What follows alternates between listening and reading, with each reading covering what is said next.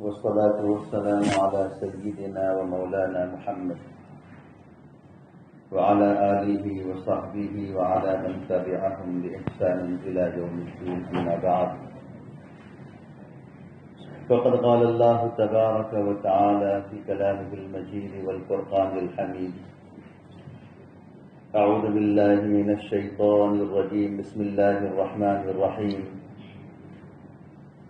الف لام میم ذلك الكتاب لا ريب فيه هدى للمتقين الذين يؤمنون بالغيب ويقيمون الصلاة ومما رزقناهم ينفقون والذين يؤمنون بما أنزل إليك وما أنزل من قبلك وبالآخرة هم يوقنون أولئك على هدى من ربهم وأولئك هم المفلحون. صدق اللہ العظیم.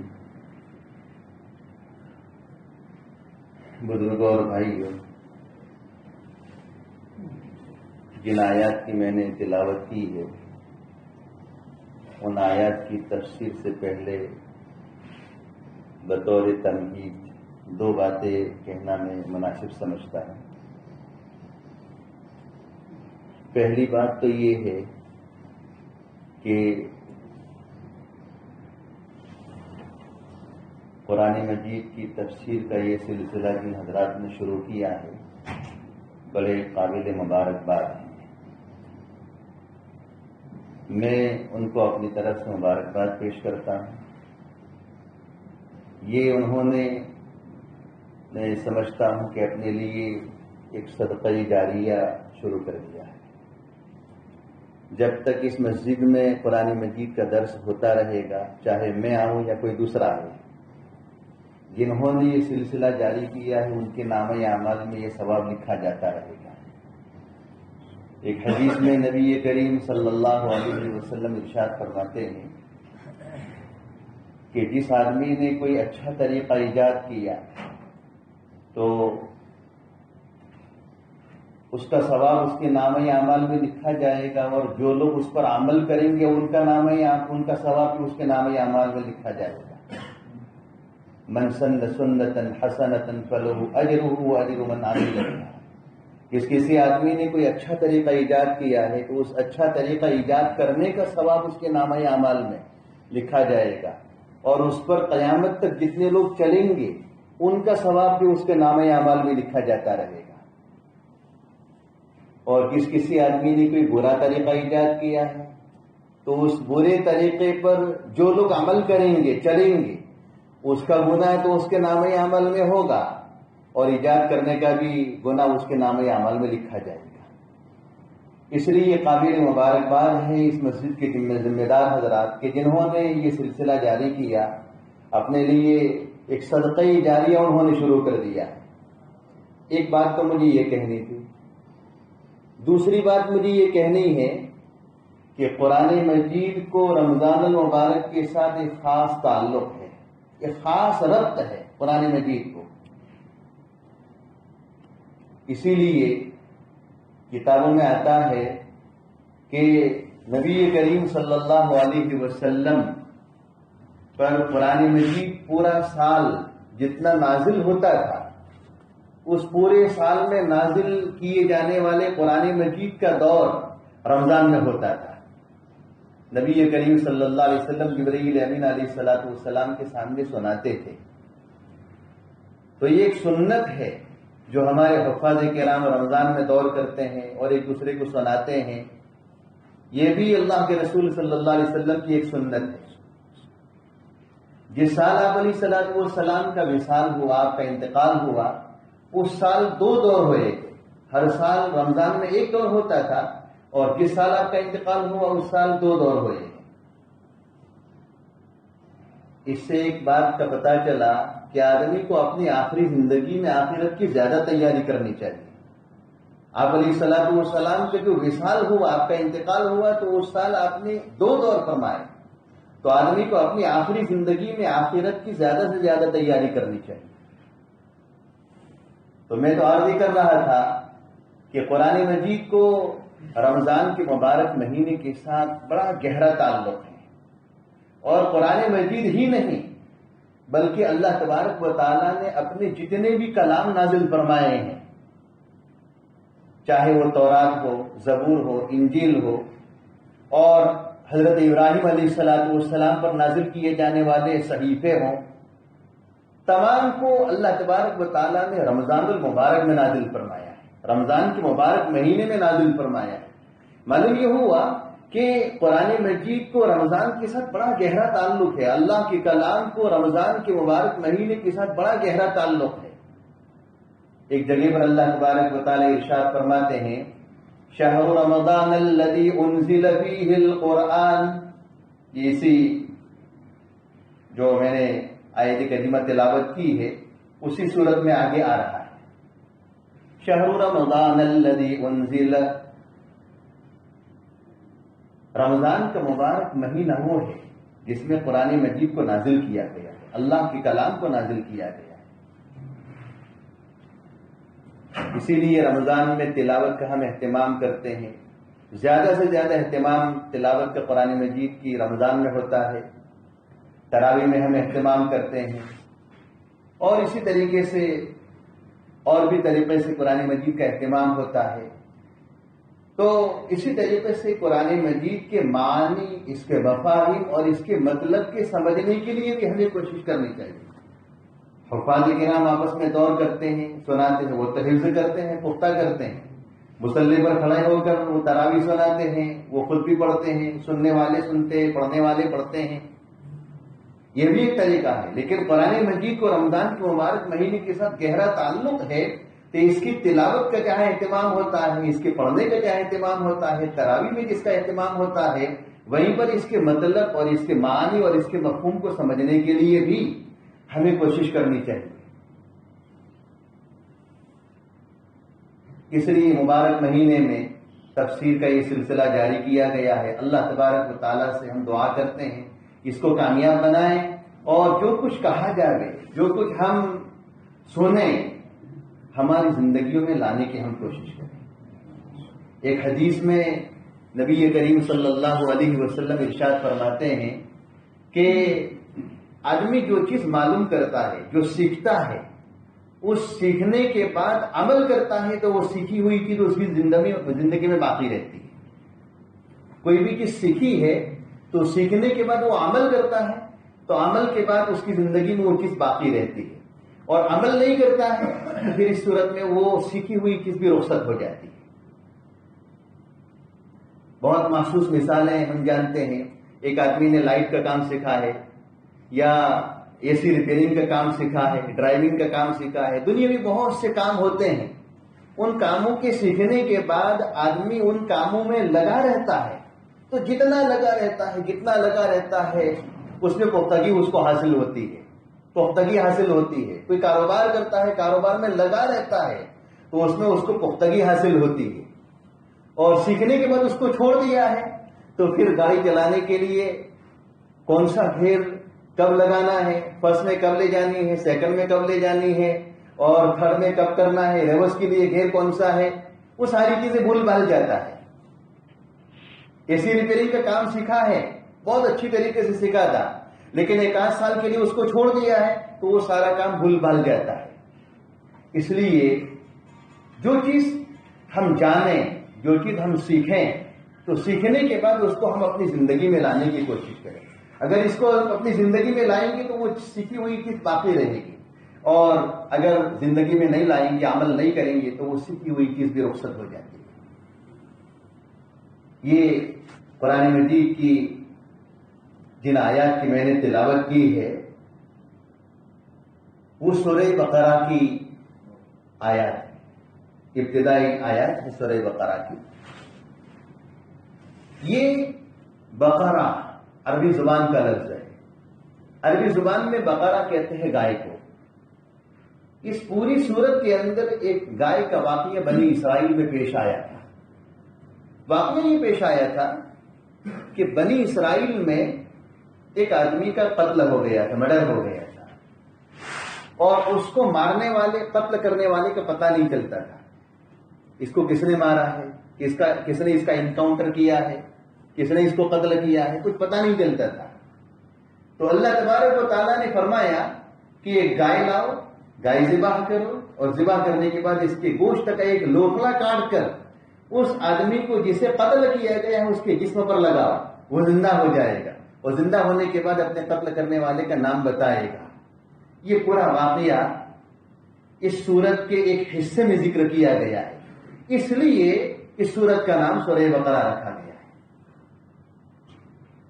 پوری سورت میں گائے کا ذکر نہیں، جیسے کہ ابتدائی آیات میں اللہ تبارک و تعالیٰ نے قرآن کی حقانیت کو ذکر کیا ہے، متقیوں کے اوصاف کو ذکر کیا ہے، پھر منافقین اور کفار مکہ کا ذکر آیا ہے، پھر آگے چل کر حضرت آدم علیہ السلام اور ابلیس کے ساتھ جو واقعہ پیش آیا تھا اس کو ذکر کیا ہے۔ تھوڑے آگے چلتے ہیں تو پھر وہ گائے کا واقعہ آتا ہے، پھر آگے چلیں گے تو دوسرے مضامین آتے ہیں۔ پوری سورت میں گائے کا واقعہ ذکر نہیں کیا گیا ہے، سورت ایک حصے میں ذکر کیا گیا ہے، ایک حصے کو لے کر پوری سورت کا نام رکھ لیا گیا ہے۔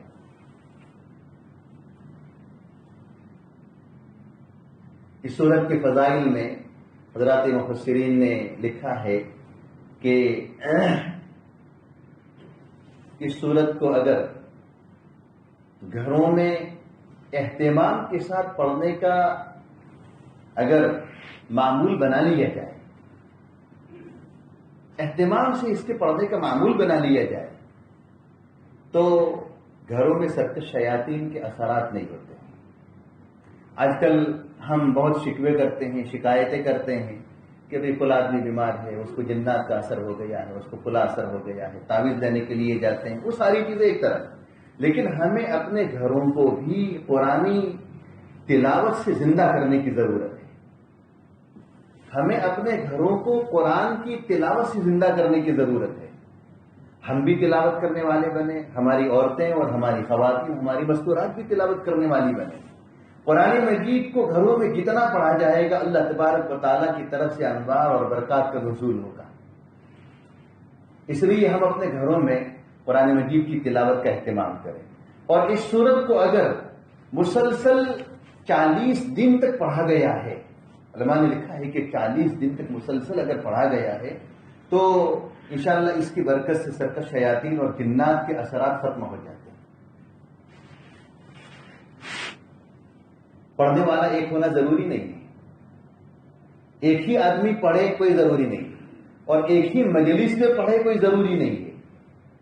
اگر گھر میں 2-4 آدمی پڑھنے والے ہیں اور آدھا پارہ تقسیم کر لیا ہے، اس لیے کہ 2.5 پارے کی صورت ہے اور 2.5 پارہ پڑھنے کے لیے تقریباً 50 منٹ چاہیے، اور اگر کسی کی اسپیڈ کم ہو تو اس کو 1 گھنٹہ چاہیے، اس لیے پڑھنے والا ایک ہونا بھی ضروری نہیں ہے، اور ایک مجلس میں پڑھا جائے یہ بھی کوئی ضروری نہیں ہے۔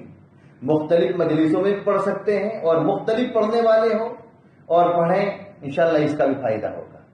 اس لیے 2 باتیں میں نے کہی ہے، ایک تو قرآن مجید کی مطلق تلاوت کا اہتمام ہم کریں، اور سورہ بقرہ کی تلاوت کا اہتمام بھی ہم اپنے گھروں میں کریں، اللہ تبارک و تعالیٰ کی طرف سے انوار اور برکات کا نزول ہوگا۔ کریں گے انشاءاللہ۔ یہ میں نے جو آیات پڑھی ہے آپ کے سامنے، الف لام میم ذالک الکتاب لا ریب فیہ ھدی للمتقین، یہ الف لام میم حروف مقطعات، مفسرین کی اصطلاح میں اسے حروف مقطعات کہتے ہیں۔ اس کا معنی کیا ہے؟ مختلف باتیں ذکر کی گئی ہے، لیکن جو مضبوط بات ہے کہ الف لام میم کا معنی کیا ہے وہ اللہ اور اس کے رسول ہی زیادہ جانتے ہیں۔ کئی صورتوں کی ابتدا میں اس طریقے کے حروف ہوتے ہیں، الف لام میم، الف لام را، کاف ہا یا عین صاد، اس طریقے کے جو حروف آتے ہیں ان کو حروف مقطعات کہتے ہیں۔ مقطعات اس لیے کہتے ہیں کہ قطع کا معنی ہے عربی زبان میں کاٹنا، ان کو کاٹ کر پڑھا جاتا ہے، الف لام میم کاٹ کر پڑھا جاتا ہے، اس لیے مقطعات کہتے ہیں۔ اور یہ کوئی بے محل حروف نہیں ہے، اور ایسا بھی نہیں ہے کہ ان کے پڑھنے کی صورت میں ہمیں کوئی ثواب نہیں ملے گا۔ اگر کوئی آدمی الف لام میم پڑھے گا تو اس کے نام عمل میں 30 نیکیاں لکھی جائے گی۔ میں نے پڑھا ہے، میں نے 2 مرتبہ پڑھا ہے، میرے نام اعمال میں 60 نیکیاں لکھ دی گئی، الف لام میم. ایک حدیث میں نبی کریم صلی اللہ علیہ وسلم ارشاد فرماتے ہیں کہ لا اقول الف لام میم حرف ولکن الف حرف ولام حرف ومیم حرف. میں یہ نہیں کہتا ہوں کہ الف لام میم پورا ایک حرف ہے. پورا ایک حرف ہو تو اس پر صرف 10 نیکیاں ملے گی. پورا ایک حرف ہو تو اس پر صرف 10 نیکیاں ملے گی. اللہ کے رسول فرماتے ہیں کہ میں یہ نہیں کہتا ہوں کہ الف لام میم پورا ایک حرف ہے، بلکہ الف ایک حرف ہے، لام ایک حرف ہے اور میم ایک حرف ہے. لہذا الف لام میم پڑھنے پر اس کے نامہ اعمال میں 30 نیکیاں لکھی جائے گی. اور پھر جیسا اخلاص ہوگا اور جیسی اس کی نیت ہوگی، اس اعتبار سے اس کے نامہ اعمال میں ثواب کا اضافہ ہوتا رہے گا. آگے اللہ تبارک و تعالیٰ نے فرمایا ذالک الکتاب لا ریب فیہ. اس قرآن مجید کے بارے میں اللہ تعالیٰ فرماتے ہیں کہ یہ ایک ایسی کتاب ہے جس میں کوئی شک نہیں ہے. یہ اللہ تبارک و تعالیٰ نے اپنے کلام پاک میں آیت کریمہ کو نازل کر کے ان لوگوں پر تماچا لگا دیا ہے، ان لوگوں پر زبردست یہ تماچا مار دیا ہے جو قرآن مجید کی آیات کے بارے میں اور قرآن مجید کے متعلق شک و شبہ میں مبتلا ہے. جس طریقے کے شک و شبہات آج ہو رہے ہیں، اس طریقے کی شک و شبہات نبی کریم صلی اللہ علیہ وسلم کے زمانے میں قرآن جب نازل ہوتا تھا اس زمانے میں بھی ہو رہے تھے. قرآن مجید کو کہیں جادو کا اثر کہا کہ یہ جادو ہے، اور آپ علیہ الصلوۃ والسلام کو نعوذ باللہ جادوگر کہا. قرآن مجید کو اگلوں کا افسانہ، اگلوں کی وارتائیں اور کہانیوں کی کتاب کہی. نبی کریم صلی اللہ علیہ وسلم کو مجنون اور پاگل کہا. مختلف باتیں آپ علیہ الصلوۃ والسلام کی طرف منسوب کی گئی اور قرآن مجید کی طرف مختلف باتیں منسوب کی گئی. اللہ تبارک و تعالیٰ نے پھر اعلان کر دیا، چیلنج کیا، وَإِن كُنتُمْ فِي رَيْبٍ مِّمَّا نَزَّلْنَا عَلَىٰ عَبْدِنَا فَأْتُوا بِسُورَةٍ مِّن مِّثْلِهِ وَادْعُوا شُهَدَاءَكُم مِّن دُونِ اللَّهِ إِن كُنتُمْ صَادِقِينَ. یہ اعلان کر دیا وَإِن كُنتُمْ فِي رَيْبٍ مِّمَّا نَزَّلْنَا عَلَىٰ عَبْدِنَا. اگر تمہیں شک ہے اس کتاب کے متعلق جو ہم نے اپنے بندے محمد پر نازل کی ہے، وَإِن كُنتُمْ فِي رَيْبٍ مِّمَّا نَزَّلْنَا عَلَىٰ عَبْدِنَا. عبد سے مراد نبی کریم صلی اللہ علیہ وسلم کی ذات اقدس ہے. اگر تمہیں شک ہے اس کتاب کے باب میں کہ جو ہم نے اپنے بندے محمد پر نازل کی ہے، تو اللہ تبارک و تعالیٰ نے فرمایا کہ فَأْتُوا بِسُورَةٍ مِّن مِّثْلِهِ. ایک آدھ سورت لے آؤ. یہ پورا قرآن نہیں کہتے ہیں، ایک چھوٹی سی سورت لے آؤ. فَأْتُوا بِسُورَةٍ مِّن مِّثْلِهِ وَادْعُوا شُهَدَاءَكُم مِّن دُونِ اللَّهِ إِن كُنتُمْ صَادِقِينَ. اور اگر اکیلے نہیں لا سکتے ہو تو تمہارے جتنے بھی چیلے چاٹے اور تمہارے جتنے بھی چمچے اور گرو گھنٹال ہیں سب کو جمع کرو اور سب جمع ہو کر قرآن مجید کی ایک آدھ سورت لے آؤ. یہ قرآن مجید نے چیلنج کر دیا، اللہ تبارک و تعالیٰ نے چیلنج کر دیا، مضبوط چیلنج کر دیا. ایسا چیلنج کیا کہ قرآن مجید کی ایک سورت کیا ایک آیت کریمہ کو لانے سے وہ عاجز ہو گئے، نہیں لا سکے. قرآن مجید کے بات میں کون کیا شک کر سکتا ہے؟ اللہ تبارک و تعالیٰ نے اعلان کر دیا لا ریب فیہ، اس میں کوئی شک و شبہ نہیں ہے. یہ تو ایک ایسی کتاب ہے جس میں کوئی شک و شبہ نہیں ہے. شک کرنے والے کرتے رہیں، بھونکنے والے بھونکتے رہیں. یہ تو اللہ کی طرف سے نازل کی ہوئی کتاب ہے، اس کتاب میں کوئی شک و شبہ نہیں ہے. اس آیت کریمہ کی ضمن میں آپ کو یہ کہتا چلوں کہ آج کل قرآن مجید کی حفاظت کے ٹھیکیدار بعض لوگ کھڑے ہو گئے ہیں اور قرآن مجید کے معانی اور مطالب کو اور اس کے مفاہیم کو سمجھنے والے بعض گندے لوگ کھڑے ہو گئے ہیں. یہ وسیم رضوی جیسے لوگ جنہوں نے کیا کہا، جس نے یہ کہا کہ قرآن مجید کی 26 آیات ایسی ہے کہ جس کے اندر جہاد کا ذکر ہے، اس کو یہ نکال دینا چاہیے. اور اس نے یہ کہا کہ آخری دم تک میں لڑتا رہوں گا. آخری دم تک کیا لڑیں گے؟ فیصلہ آ بھی گیا. آخری دم تک کیا لڑیں گے؟ فیصلہ آ بھی گیا. سمجھتے ہو نا، میڈیا ہے تو ہم جانتے ہیں ساری چیزیں. ساری چیزیں اوپن ہیں. تو قرآن مجید کے باب میں کون شک کر سکتا ہے؟ کوئی شک نہیں کر سکتا ہے. اور جو شک کرے گا اور جس نے ایسی بات کی اس کو منہ کی کھانی پڑی. آپ علیہ الصلوۃ والسلام کے زمانے میں بھی اور آپ کے بعد بھی اور آج کے دور میں بھی قرآن مجید کے مقابلے میں جو آئے گا وہ کبھی کامیاب نہیں ہو سکتا ہے. وہ ذلیل و رسوا ہوگا، خار ہوگا. لا ریب فی، صاف اعلان کر دیا کہ یہ اللہ کا کلام ہے اور اللہ کا ایسا کلام ہے کہ جس میں کوئی شک و شبہ نہیں ہے. آگے اللہ تبارک و تعالیٰ نے فرمایا کہ ھدی للمتقین، متقیوں کے لیے ہدایت ہے. یہ قرآن مجید جس میں کوئی شک و شبہ نہیں ہے، یہ متقیوں کے لیے ہدایت ہے. متقی کسے کہتے ہیں؟ اللہ سے ڈرنے والا. اللہ سے ڈرنے والا. اللہ سے ڈرنے والا جو ہوتا ہے، اللہ سے ڈرنے والا جو ہوتا ہے وہ قرآن مجید کے معنی اور مطالب کو اور اس کے مفاہیم کو سمجھ کر ہدایت پر آ سکتا ہے. اور جس کے دل میں اللہ کا ڈر ہی نہیں ہے، ویسے ہدایت قرآن مجید جو نازل کیا گیا ہے وہ ہدایت ہے. اور ہدایت کے 3 درجے ہیں. علماء نے لکھا ہے کہ ہدایت کے 3 درجے. ہدایت کا معنی ہے راستہ دکھانا. ہدایت کا معنی ہے راستہ دکھانا. ایک عام ہدایت ہوتی ہے جو اللہ کی طرف سے کائنات کی ساری مخلوق کو ہوتی ہے. وہ ہدایت انسانوں کو بھی ملتی ہے، اچھے راستے کی، صحیح راستے کی ہدایت انسانوں کو بھی ملتی ہے اور جانوروں کو بھی ملتی ہے. ایک جانور کو اپنا گھونسلہ کہاں بنانا ہے، اپنا آشیانہ کہاں بنانا ہے، کس طریقے سے بنانا ہے اور کس انداز سے بنانا ہے، وہ راستے کس نے دکھائے؟ یہ پرندوں کو اپنے گھونسلے بنانے کے راستے کس نے دکھائے؟ اور پرندوں کو اپنے بچوں کی پرورش اور اپنے بچوں کی غذا اور اپنے بچوں کو اڑان کیسے بھروانی ہے، اپنے بچوں کی تربیت کیسے کرنی ہے، وہ سارے راستے کس نے دکھائے؟ ان کے لیے تو کوئی اسکول نہیں ہے، کوئی کالج نہیں ہے، ان کے لیے تو کوئی ہائی اسکول نہیں ہے، کوئی مدرسہ نہیں ہے. انسانوں کے لیے ہے. ان کو کس نے یہ ہدایت دی؟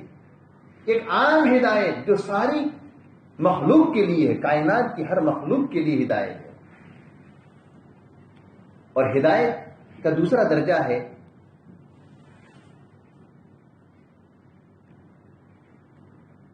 مومنین، عام مومنین، عام مومنوں کے لیے، مسلمانوں کے لیے ہدایت. اور تیسرا درجہ ہے مقربین، جو اللہ کے خاص بندے، مقرب بندے ہوتے، ان کی ہدایت. یہ قرآن مجید اللہ کے خاص بندے جو اللہ سے ڈرنے والے ہوتے ہیں، جن کے دلوں میں اللہ کا تقوی ہے، جن کے دلوں میں اللہ کا تقوی ہے، ان کے لیے ہدایت ہے. اور جن کے دلوں میں اللہ کا تقوی نہیں ہے، اللہ کا ڈر نہیں ہے، تو قرآن مجید کو پڑھیں سنیں لیکن اللہ کا ڈر نہیں ہے تو کس طریقے سے ان کے لیے ہدایت بن سکتا ہے؟ جن کے دلوں میں اللہ کا ڈر ہے، تقوی ہے، ان کے لیے قرآن مجید ہدایت ہے، وہ راستہ صحیح دکھا رہا ہے.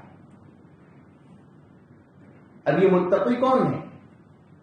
متقی کے لیے تو یہ جتنے بھی لوگ بیٹھے ہیں، میں نہیں کہہ سکتا ہوں کہ ان میں متقی کون ہے، اللہ سے ڈرنے والا کون ہے اور کون اللہ سے نہیں ڈرتا ہے. میں نہیں کہہ سکتا، اس لیے کہ مجھے معلوم نہیں ہے. اس کی علامت بتائیے، ان کی صفات بتائیے. اللہ تبارک بتا رہا ہے کہ جن کے اندر یہ صفات پائی جائے تو سمجھو کہ وہ اللہ کے متقی بنتے ہیں، اللہ سے ڈرنے والے ہیں. جن کے اندر یہ صفات پائی جائے، یہ خوبیاں پائی جائے تو یہ سمجھو کہ وہ اللہ کے متقی بندے ہیں، اللہ سے ڈرنے والے ہیں. سب سے پہلی صفت اللہ کے متقی بندوں کی، سب سے پہلی صفت، پہلی خوبی یہ ہے کہ وہ غیب پر ایمان رکھتے ہیں. الذین یؤمنون بالغیب، غیب پر ایمان رکھتے ہیں. غیب کسے کہتے ہیں؟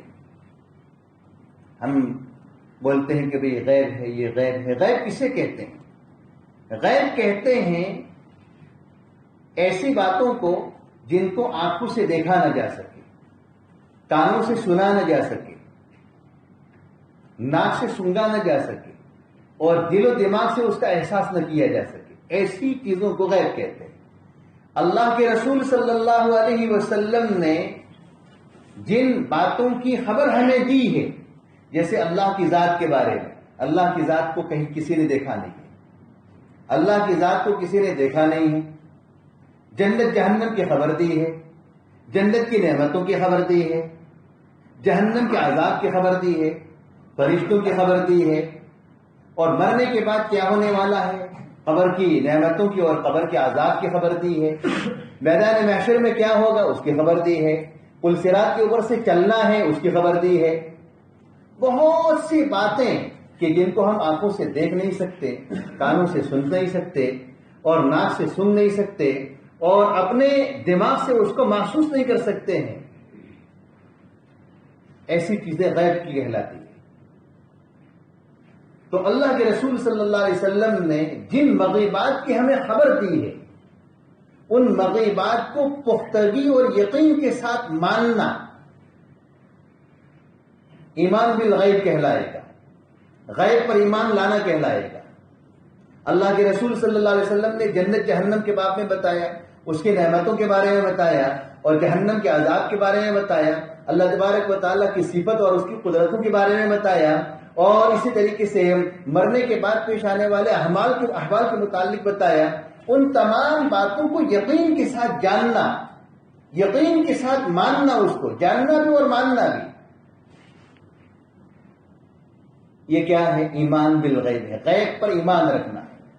ہمارا ایمان ہے اس بات پر کہ اللہ تبارک و تعالی حاضر اور غائب، یعنی سمجھے عالم الغیب والشہادہ ہے، موجود چیزوں کو بھی جاننے والا ہے، اور اللہ تبارک و تعالیٰ کی ذات مغیبات کو بھی جاننے والی ہے۔ ہمارا ایمان ہے اس پر، غیب کی باتوں کو بھی جاننے والی ہے اللہ کی ذات۔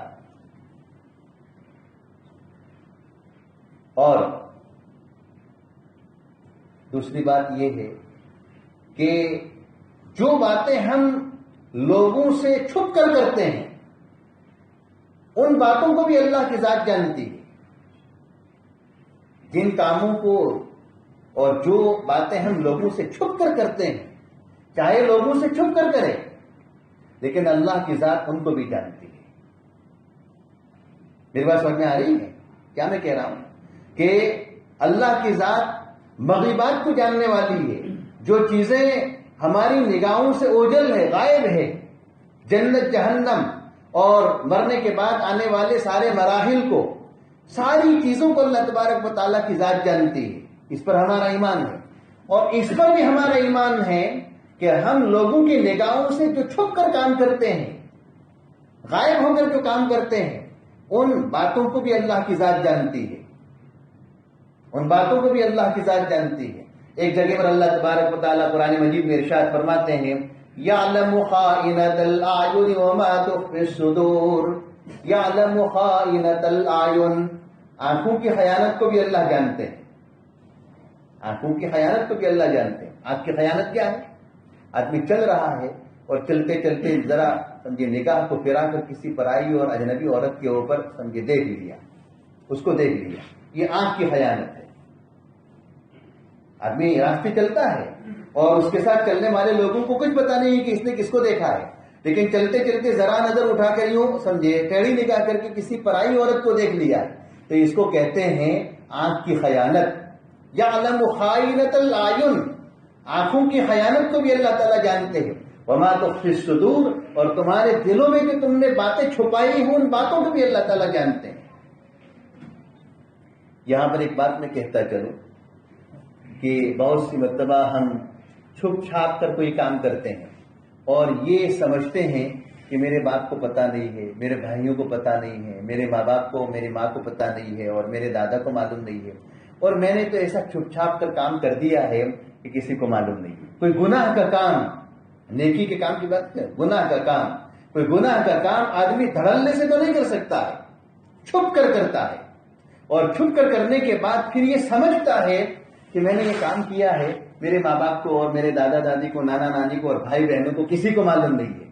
ارے ان کو معلوم نہیں ہے، لیکن اللہ تبارک و تعالیٰ کی ذات تو تجھ پر نگران ہے، یعلم خائنۃ الاعین وما تخفی الصدور، اللہ تعالیٰ آنکھوں کی خیانت کو بھی جانتے ہیں، اور دلوں میں تم نے جو چھپایا ہے اور چپکے سے تم نے جو کام کیا ہے ان کاموں کو بھی اللہ کی ذات جانتی ہے۔ ہمارا تو ایمان ہے غیب پر، اس لیے غائب ہو کر چھپ کر جو کام کریں گے اللہ تعالیٰ ان کو بھی جانتے ہیں،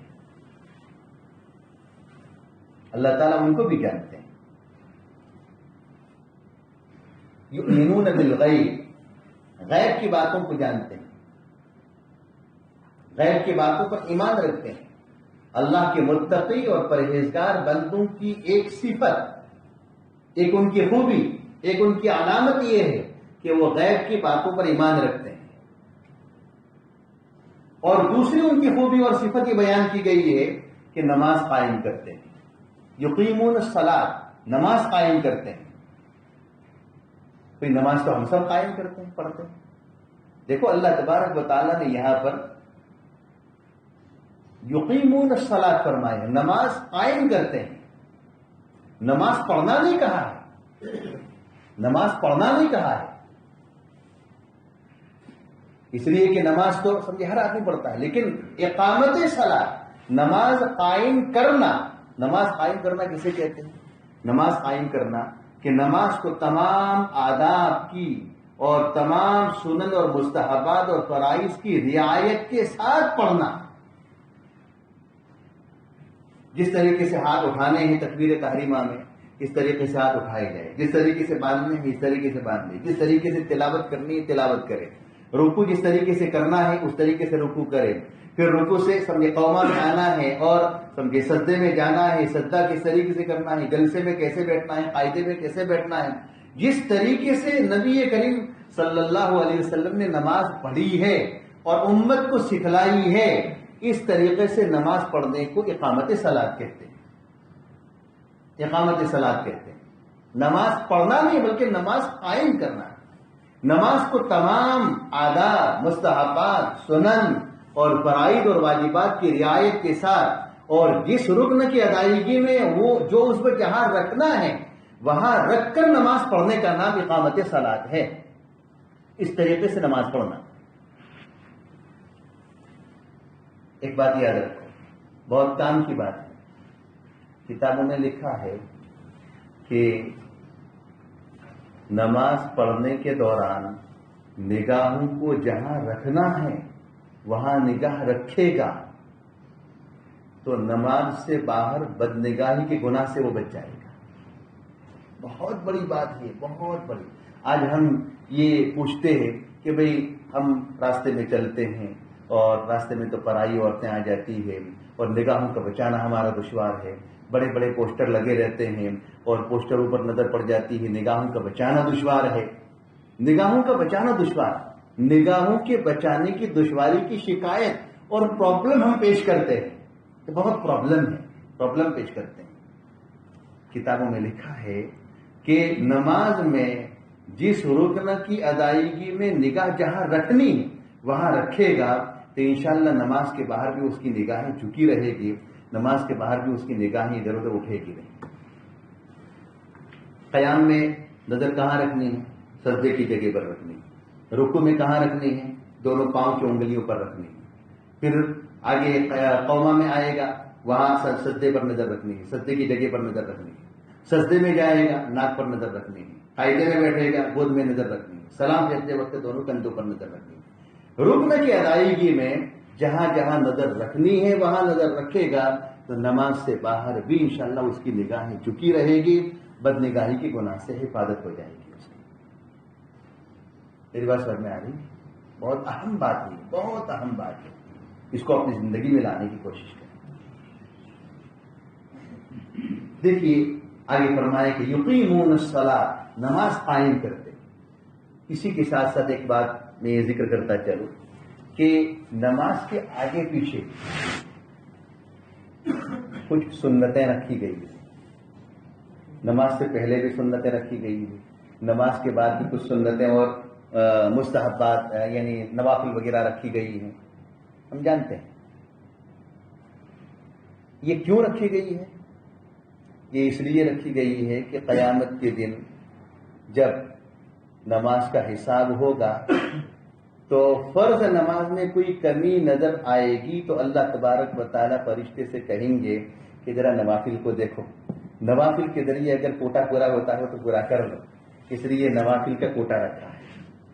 فرائض میں اگر کوتاہی ہوگی تو اس کوتاہی کو نوافل کے ذریعے پورا کیا جائے گا، اس لیے نماز کے آگے پیچھے جو نوافل سنن وغیرہ رکھی گئی ہے نا، سمجھے، وہ ایسے ہی فالتو نہیں ہے، وہ فرائض کے اندر جو کمی ہوتی ہے، کوتاہی ہوتی ہے، اس کو پورا کرنے کے لیے، اس کی ریکوری کے لیے رکھی گئی ہے، اس لیے آگے پیچھے کی سنتوں کے پڑھنے کا بھی اہتمام کیا جائے گا۔ آگے فرماتے ہیں وَمِمَّا رَزَقْنَاهُمْ يُنْفِقُونَ، دیکھو متقیوں کی چند خوبیاں ذکر کی جا رہی ہے، چند صفات ذکر کی جا رہی ہے۔ پہلی صفت ذکر کی کہ وہ غیب پر ایمان رکھتے ہیں، دوسری صفت ذکر کی کہ وہ نماز کو قائم کرتے ہیں، اور تیسری صفت ذکر کر رہے ہیں کہ اللہ تعالیٰ فرماتے ہیں کہ ہم نے ان کو جو رزق دیا ہے، ہم نے ان کو جو مال دیا ہے، اس مال میں سے مستحقین پر خرچ کرتے ہیں۔ وَمِمَّا رَزَقْنَاهُمْ يُنْفِقُونَ، دیکھو اللہ تعالیٰ یہ فرماتے ہیں کہ ہم نے دیا ہے اس کو، وہ بندے کا کوئی کمال نہیں ہے، بندے کا کوئی کمال نہیں ہے۔ ایک آدمی اپنی دکان کھول کر صبح سے لے کر شام تک بیٹھے اور کوئی گاہک نہ آئے، اللہ تعالیٰ بندوں کے دلوں میں یہ بات ڈال دے کہ اس دکان پر تجھے نہیں جانا ہے، اللہ تعالیٰ بندوں کے دلوں میں یہ بات ڈال دے کہ اس کی دکان پر تجھے نہیں جانا ہے، تو صبح سے لے کر شام تک وہ دکان کھول کر بیٹھے گا تو اس کو روزے ملے گی؟ نہیں ملے گی۔ ایک آدمی صبح سے لے کر شام تک رکشہ دے پھراتا رہے اور اللہ تعالیٰ اس کے بندوں کے دلوں میں یہ بات ڈال دے کہ اس کو پیسنجر نہیں ملنے ہیں، اس کی رکشہ میں مت بیٹھنا، تو صبح سے لے کر شام تک وہ رکشہ گھماتا رہے گا لیکن اس کو روزی نہیں ملے گی۔ روزی دینے والی ذات اللہ کی، اور وَمِمَّا رَزَقْنَاهُمْ يُنْفِقُونَ، بہت اہم بات ذکر کی ہے کہ ہم نے جو رزق دیا ہے، ہم نے دیا، اللہ تعالیٰ فرماتے ہیں کہ ہم نے دیا ہے، ہم نے اس کو جو رزق دیا ہے اس میں سے وہ خرچ کرتا ہے۔ کیا خرچ کرتا ہے؟ سب سے پہلا تو اس کے ذمے واجب حقوق ہے۔ واجب حقوق میں اپنی اولاد کا نفقہ ہے، نابالغ اولاد ہے جو ابھی نہیں کما رہی، ان کا نفقہ ہے، اپنے معذور والدین کا نفقہ ہے، اور پھر زکوٰۃ ہے، صدقات ہے، اور نفلی صدقات ہے، بہت سے اس کے سمجھے راستے ہیں۔ اللہ تبارک و تعالیٰ نے اگر مالی وسعت دی ہے تو مال خرچ کرنے کے بہت سے راستے ہیں، اس میں سے وہ خرچ کرتا ہے، ہمارے دیے ہوئے مال میں سے وہ خرچ کرتا ہے، اس کا بندے کا کوئی کمال نہیں ہے، جو کچھ خرچ کرتا ہے ہم نے دیا ہے۔ یہ تین اوصاف، تین سمجھے وہ وصف ہوئے، اور آگے یہ فرماتے ہیں والذین یؤمنون بما انزل الیک وما انزل من قبلک وبالآخرۃ هم یوقنون، فرمایا کہ وہ لوگ جو ایمان رکھتے ہیں اس کتاب پر جو آپ پر نازل کی گئی ہے، یعنی قرآن مجید پر، قرآن مجید پر ایمان رکھتے ہیں، اور اگلی کتابوں پر بھی ایمان رکھتے ہیں، اگلی کتابوں پر بھی ایمان رکھتے ہیں۔ دیکھو ہمارے ایمان کی تکمیل کے لیے، ہمارے ایمان کی تکمیل کے لیے ضروری یہ ہے کہ جہاں ہمارا ایمان قرآن مجید پر ہے اور ہمارے نبی محمد صلی اللہ علیہ وسلم پر ایمان ہے، اسی طریقے سے اگلے تمام انبیاء کے اوپر بھی ایمان لانا ضروری ہے، اور انبیاء کے اوپر نازل ہونے والی جتنی کتابیں ہیں ان تمام کتابوں پر ایمان لانا ضروری ہے۔ اگر کوئی شخص یہ کہے کہ میں تو محمد پر ایمان لاتا ہوں اور محمد پر نازل ہونے والے قرآن مجید پر ایمان لاتا ہوں اور دوسرے نبیوں کو اور دوسری کتابوں کو نہیں مانتا ہوں، تو مومن نہیں کہلائے گا، وہ مومن نہیں ہے۔ یہ صاف ہے بات۔ کیا کہا گیا؟ والذین یؤمنون بما انزل الیک وما انزل من قبلک وبالآخرۃ هم یوقنون، اور وہ لوگ ایمان رکھتے ہیں ان چیزوں کو، اور وہ لوگ ایمان رکھتے ہیں اس کتاب پر جو آپ پر نازل کی گئی ہے اور ان کتابوں پر جو آپ سے پہلے نازل کی گئی تھی۔ یہ چار اوصاف ہوئے، آگے پانچواں وصف ہے وبالآخرۃ هم یوقنون، اور آخرت کا دن آئے گا، آخرت کے دن کے اوپر یقین رکھتے ہیں، آخرت کے دن پر یقین رکھتے ہیں۔ ایک نہ ایک دن مجھے مر کر جانا ہے، آخرت آنے والی ہے، اور دنیا میں میں نے جو کچھ کیا ہے اس کا حساب مجھے اللہ کے وہاں دینا ہے۔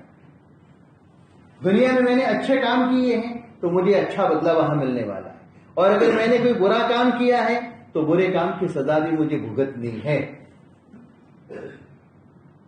آج کل لوگ دوسروں کا مال ہڑپ کرنے کے لیے، دوسروں کی جائیداد ہڑپ کرنے کے لیے جھوٹی گواہی بھی دیتے ہیں اور جھوٹے مقدمات عدالت میں دائر کرتے ہیں، کورٹ کے اندر جھوٹے مقدمات دائر کرتے ہیں اور جھوٹے مقدمات اور جھوٹے گواہ کھڑا کر کے پھر کسی آدمی کے پلاٹ کو، کسی کی زمین کو اور کسی کی جائیداد کو، کسی کی پراپرٹی کو دبا دیتے ہیں۔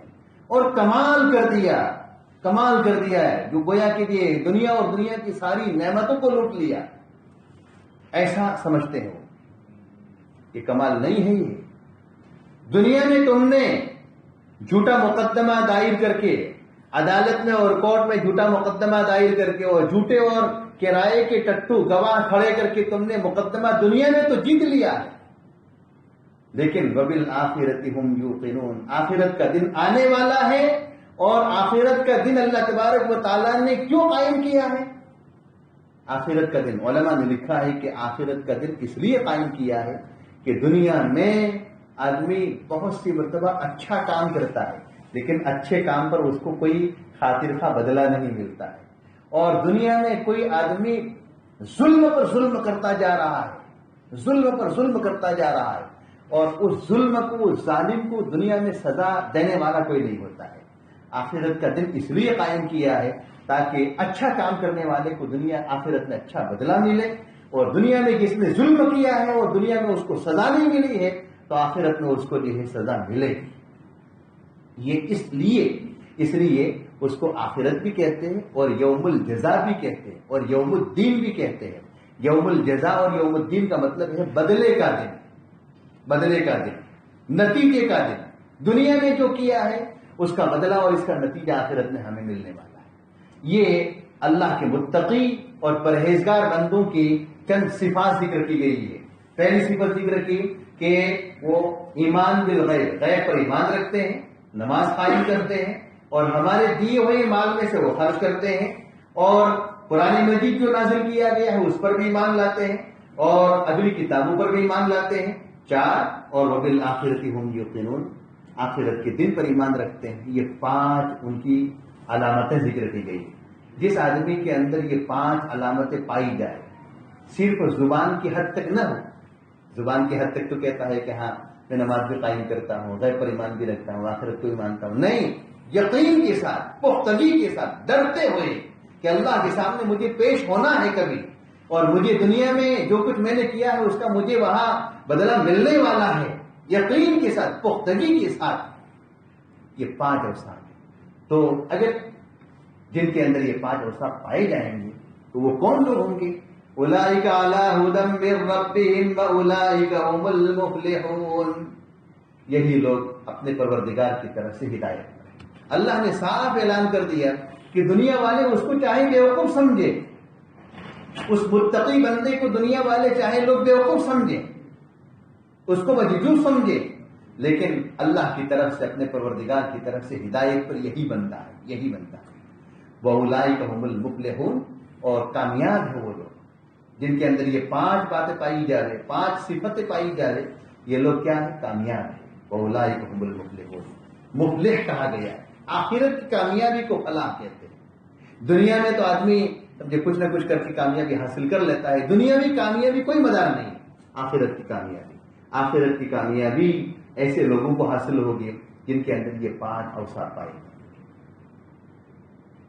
یہ سورہ بقرہ کی ابتدائی 5 آیات کی میں نے تفسیر ذکر کی ہے، اور بہت سی اہم باتیں اور کام کی باتیں جو ہمارے لیے ضروری ہے ہمارے سامنے آئی۔ اللہ تبارک و تعالیٰ ان باتوں پر عمل کرنے کی اور اس کو سمجھنے کی، اپنی زندگیوں میں لانے کی توفیق عطا فرمائے۔ ایک بار پھر دعا کرتا ہوں کہ جنہوں نے یہ سلسلہ قائم کیا ہے، جاری کیا ہے، اللہ تبارک و تعالیٰ ان کے لیے بھی اس کو صدقہ جاریہ بنائے۔ وآخر دعوانا الحمدللہ رب العالمین۔